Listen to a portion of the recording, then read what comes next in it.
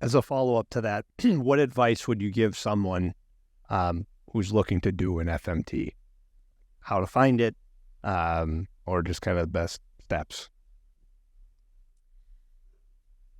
Yeah, well, again, so as you know, FMT is being studied, as you saw the list, the number of diseases and health conditions that it's being studied for is going to increase that population of people who are even looking into trying to get an FMT. So the first advice I would give to people is exactly what they did in the movie. Go to clinicaltrials.gov, see if there's an actual clinical trial near you. One thing the pandemic did benefit for science is it's actually easier to do clinical research if you even don't live in the same state. We're able to do a lot more virtual study visits instead of having people come in person all the time. We've had patients in our UC trial that Beth's son was in. We had a patient who was from California who was able to participate in our study.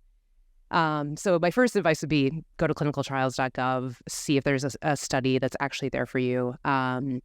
If there's not, continue to speak with your doctor, see what options are out there. If you're really wanting an FMT, there's those options like the Bahamas where you can go, pay $20,000 for whatever kind of treatment you want. But again, it's not going to be a guarantee. DIY, I would definitely just tell people to be quite skeptical and to be really smart if they ever chose to go that route.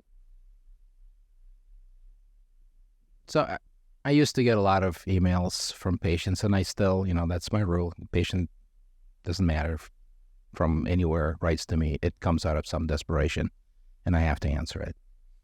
And typically, what they think it is, it's based on the C. diff experience, where you just do it once. But that's not the way it works for most other conditions that they're looking for. So for C. diff, you can find this. This is not as a dire need anymore as it used to be.